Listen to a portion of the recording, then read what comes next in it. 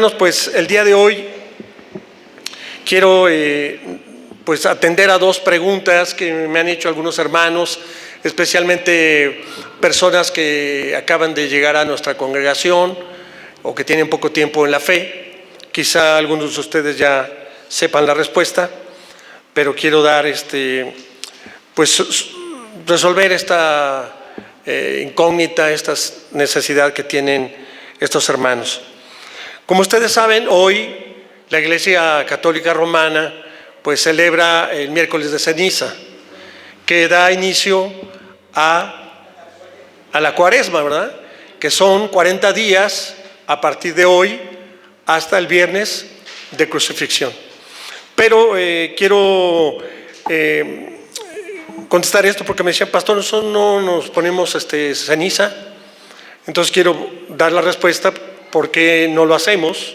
¿Cuál es la base? ¿Y en qué consiste esta tradición de la Iglesia Romana? Primero quiero dar antecedente que el día de ayer, martes, se celebra en casi toda la semana y el día de ayer los carnavales en toda la República y en otros países, muy famoso en Brasil y en otros lugares, tremendos carnavales que vemos. Cada vez son más sofisticados, pero también vemos que son más recurridos y también más depravados, con menos pudor, ¿verdad? Y sabiendo que pues tiene todo un trasfondo. Entonces, en muchos países, incluyendo el nuestro, en nuestros pueblos de aquí de Hidalgo y de toda la República, se celebran estos pues carnavales durante los días previos a esta llamada Cuaresma. Y culminando este día de ayer, martes, con este día que es miércoles de ceniza. Entonces, el origen del carnaval, si usted lo sabe, se remonta a tiempos muy antiguos. Y es una celebración combinada de fiestas paganas con aspectos religiosos. Durante, primeramente, la Edad Media, la Iglesia Romana adoptó la festividad de los carnavales como una forma de preparar a los fieles para la Cuaresma, que es un periodo en teoría, de reflexión y de penitencia. Sí, a lo largo del tiempo, pues el carnaval ha ido evolucionando, pero también hemos visto más depravación y más perversión. Muchos no saben realmente el significado del carnaval y se refiere a dos palabras, que es carne de Baal, carne de Baal. Así que tomaron carne, recordará usted, de buey, como ceremonia para el holocausto.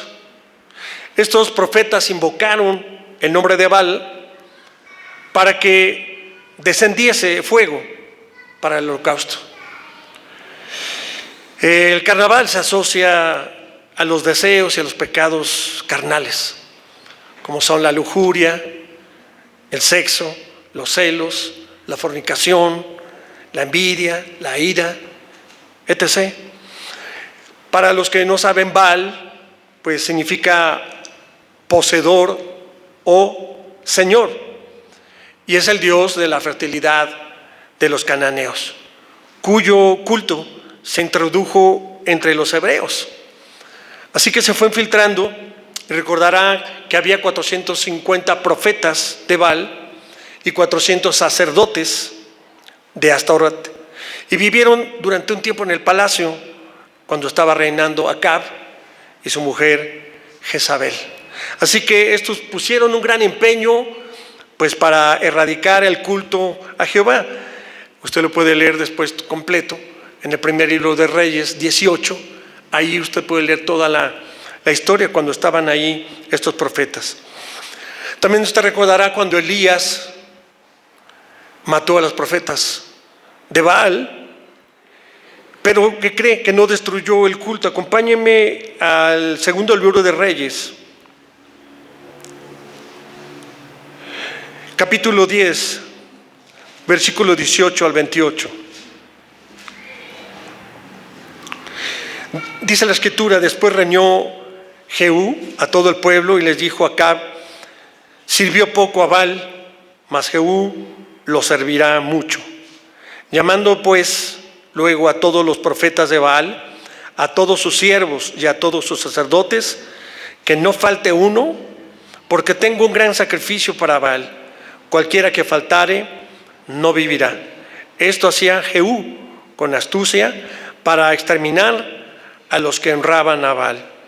Y dijo Jehú: santificad un día solemne a Baal, y ellos convocaron. Y envió Jehú por todo Israel, y vinieron todos los siervos de Baal, de tal manera que no hubo ninguno que no viniese.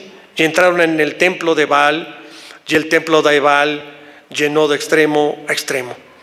Entonces dijo el que tenía el cargo de las vestiduras: saca vestiduras para todos los siervos de Baal. Y él le sacó vestiduras. Y entró Jehú con Jonadab, hijo de Becab, en el templo de Baal, y dijo a los siervos de Baal: mirad y ved que no haya entre vosotros alguno de los siervos de Jehová, sino solo los siervos de Baal. Y cuando ellos entraron para hacer sacrificios y holocaustos, Jehú puso fuera a 80 hombres y les dijo: cualquiera que dejare vivo a alguno de aquellos hombres que yo he puesto en vuestras manos, su vida será para la del otro. Y después que acabaron ellos de hacer holocausto, Jehú dijo a los de su guardia, a los capitanes: entrad y matadlos, que no escape ninguno. Y los mataron a espada y los dejaron tendidos, los de la guardia y los capitanes, y fueron hasta el lugar santo del templo de Baal. Y sacaron las estatuas del templo de Baal y las quemaron. Y quebraron la estatua de Baal y derribaron el templo de Baal y lo convirtieron en letrinas hasta hoy. Así exterminó Jehú a Baal de Israel. Pero ¿qué cree? Que con todo eso, pues el pueblo siguió adorando a Baal. Había siempre tiempos en donde las personas volvían a adorar a otros dioses. Sí, lo vemos a través de todo el caminar. ¿Y en qué consistía esta adoración a Baal? Pues era una combinación de fe, de magia y de superstición. ¿Qué era lo que se basaba? Pues en la fertilidad y en el sexo. Eran los dos aspectos. La fertilidad del campo, le pedían para que el campo fuera fértil, también para que los animales fueran fértiles y también las personas. Pero recordarán que en los templos había prostitutas y había también relaciones sexuales entre homosexuales como centro del culto. Después en el Nuevo Testamento pues vemos que aparece la palabra Belcebú, que es el príncipe de los demonios. Y también deriva de Baal-Zebub.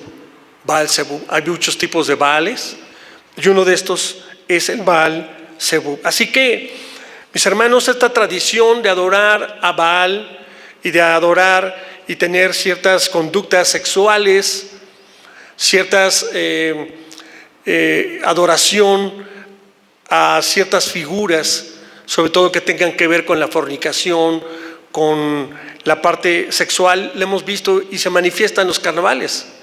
Es algo que de inmediato lo alcanza uno a ver, la forma en que se visten, la forma en que se conducen, la forma en todo lo que hacen los bailes y todos, pues son conductas inapropiadas para un cristiano. Porque muchas personas dicen: es que vamos a ir al carnaval del pueblo. Yo digo: pues ¿sabrá usted en qué consisten los carnavales? ¿Qué contenido tienen? Nosotros no debemos de participar, mis hermanos, en ese tipo de actividades. Así que terminando el carnaval, pues dijeron: ¿sabes qué? Pues entonces ya ayer pecamos, ¿verdad? Nos emborrachamos, hicimos de todo. Ahora sí, voy a ir a que me pongan mi crucecita en la frente para sentirme arrepentido y para que las personas vean que pues ya estoy cambiando, que soy una persona distinta. Y únicamente vemos, mis hermanos, que es una parte, pues un ritual más. Así que el miércoles de ceniza es una práctica pues realmente católica, romana, y carece de cualquier significado para los cristianos evangélicos. Se celebra, como dijimos al comienzo de la cuaresma, a los 40 días, pero tiene una referencia de la ceniza. Usted recordará que las cenizas tienen un una acción muy importante en el Antiguo Testamento. Mire, acompáñenme a Jeremías. Jeremías 6:6. Dice, porque así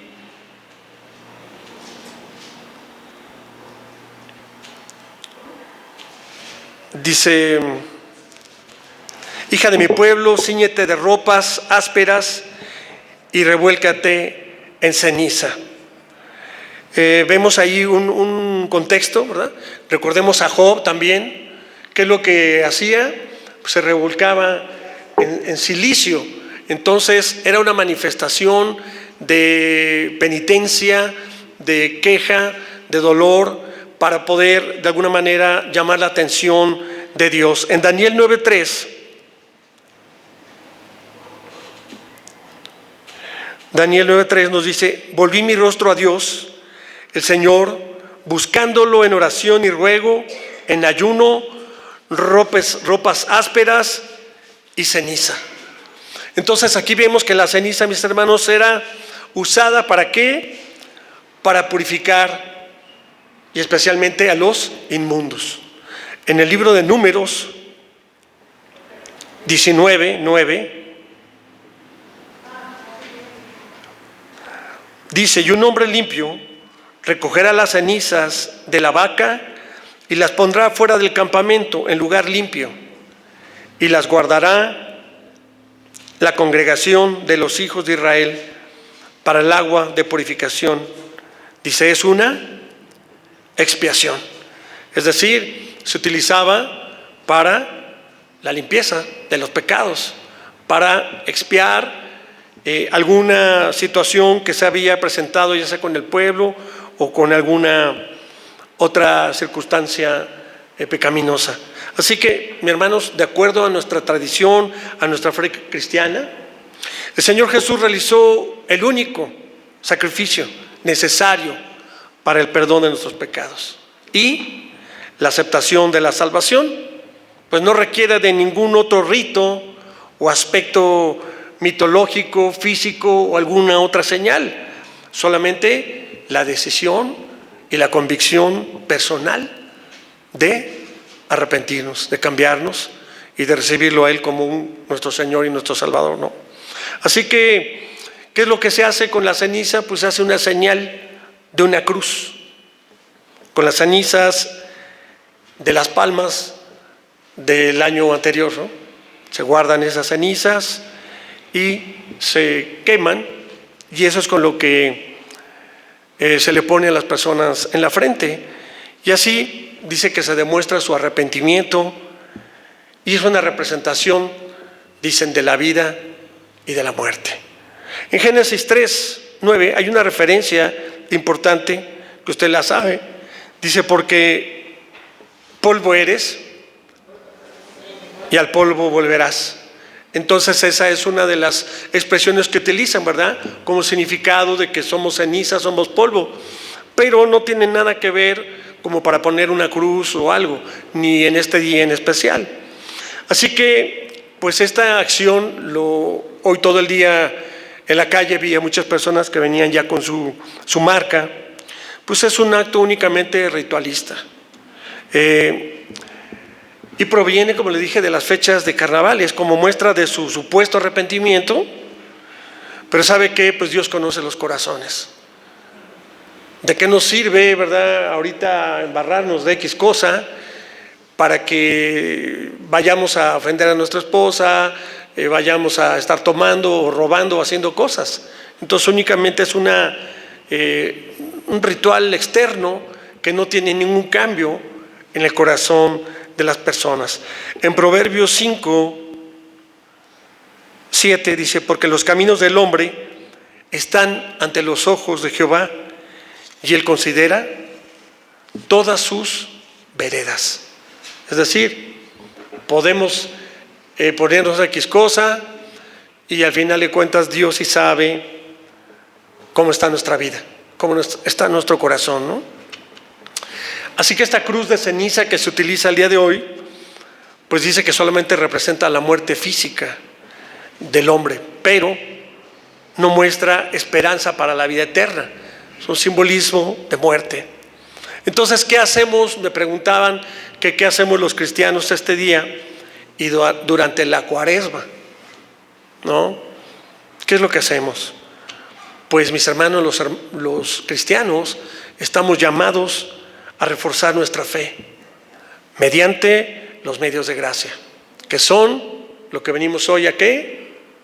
A orar, mediante la oración, mediante el ayuno, mediante congregarnos, mediante la lectura de la palabra, mediante la participación de la Santa Cena, la comunión, mediante la fraternidad entre hermanos.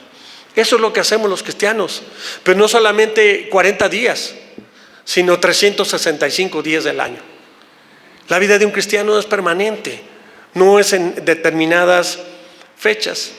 En los primeros siglos de la iglesia, las personas que querían recibir el sacramento de la Santa Cena, pues saben ustedes, eso fue posterior, y la confesión de pecados fue posterior, no fue en el comienzo de la iglesia.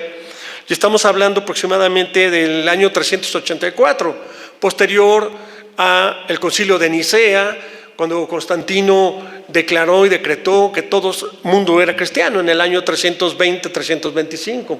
Así es que, pues, las personas que querían participar de la Santa Cena del Sacramento se ponían ceniza sobre la cabeza y se presentaban ante la comunidad vestidos con un hábito penitencial. Se tenía que poner ciertas ropas para que las personas vieran que tenían la voluntad de convertirse y de estar arrepentidos. O sea, aquellos que estaban llenos de ceniza y con ropas pues normalmente oscuras, pues la persona decía, mira, esta persona está en penitencia. Y que lo que hacían supuestamente ayuno, 40 días como lo hizo Jesús. Así que en el año 384 aproximadamente después de Cristo, la Cuaresma adquirió de alguna manera un sentido penitencial, así que hasta el siglo XI, donde la iglesia romana acostumbra a poner las cenizas en la frente. Es a partir de ese tiempo. Mire, también fue usado este periodo de Cuaresma para preparar a los candidatos para bautizarse.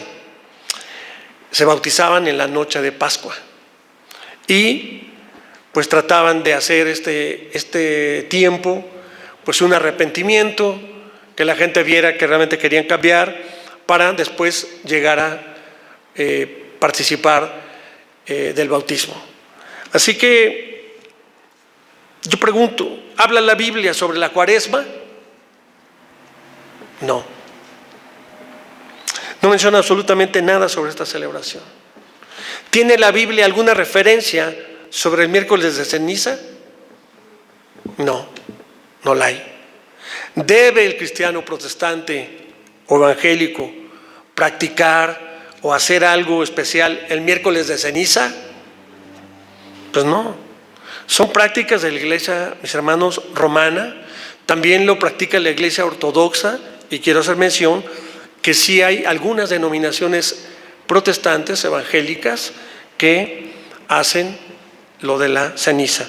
La Biblia, mis hermanos, en ninguna parte manda, pero también en ninguna parte condena la práctica de que los cristianos pues son libres de decidir si hacerlo o no hacerlo. Pero realmente el arrepentimiento de un cristiano, nosotros sabemos que debe ser todos los días. Al terminar nuestro día, debemos de hacer un acto de conciencia, de pedirle perdón a Dios por las cosas que hemos hecho mal. Algunos de los que pasaron aquí a orar pidieron perdón, ¿verdad? Decirle, Señor, perdóname por lo que hice mal hoy. Y así debe ser nuestra vida diaria, mis hermanos, con un arrepentimiento sincero y no solo en determinada época o témpora, porque no es a través de ninguna marca, de ningún ritual, sino realmente Dios está interesado en que tú y yo cambiemos nuestro corazón, que cambiemos nuestra vida cada día y que podamos nosotros realmente honrarlo. No quiere marca externa. Por eso se eliminó la circuncisión. Solamente se le hace en algunas partes de judíos, no todos los judíos lo hacen ya. Por eso dice que ahora quedó circuncidado nuestro corazón. Y se suplió el bautismo por la circuncisión. Entonces, mis hermanos, tenemos que aprender, porque seguramente algún familiar o alguien conocido llegará usted a su casa a saludarlo y tendrá una tremenda cruz en la frente y no te dirá: oye, ¿no fuiste tú a tomar la ceniza? Eres un hereje, te van a decir, ¿no?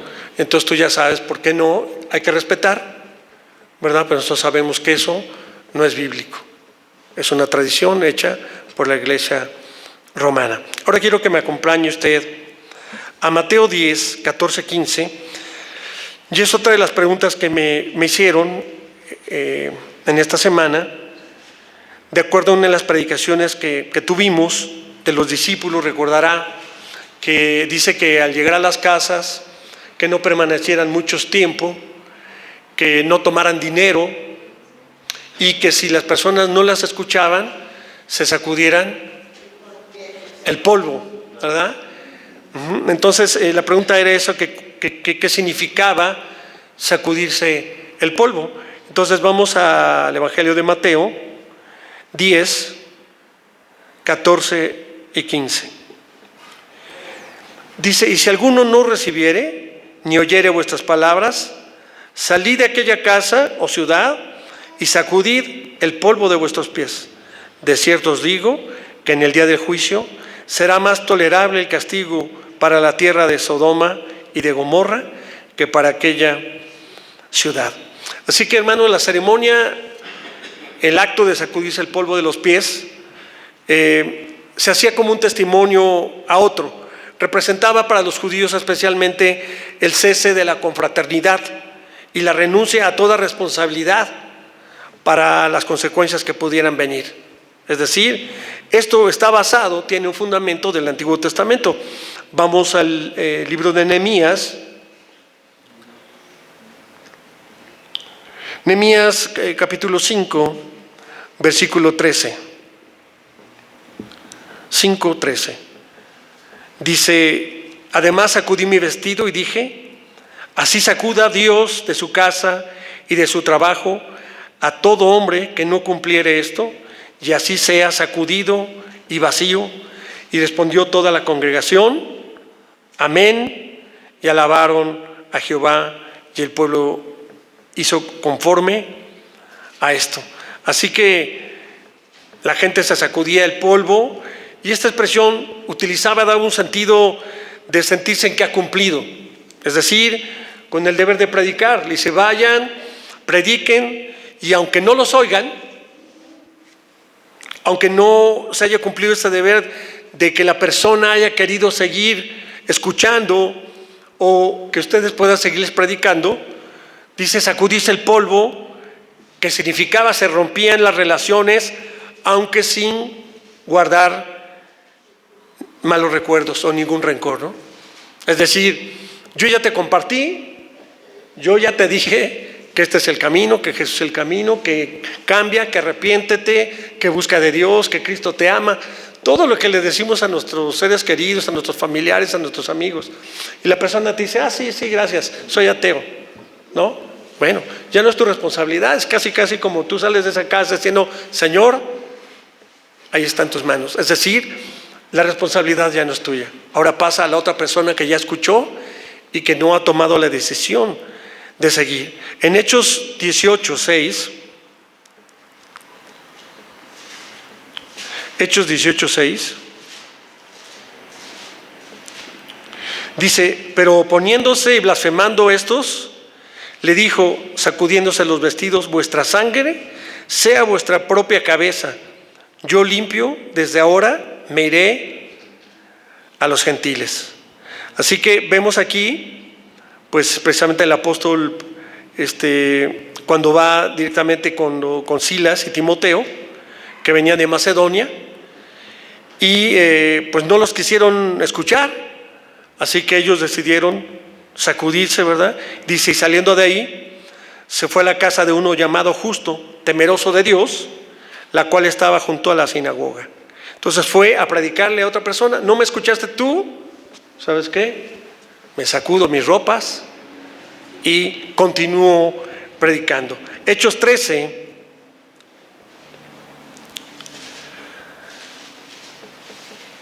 versículo 51, 3 a 51.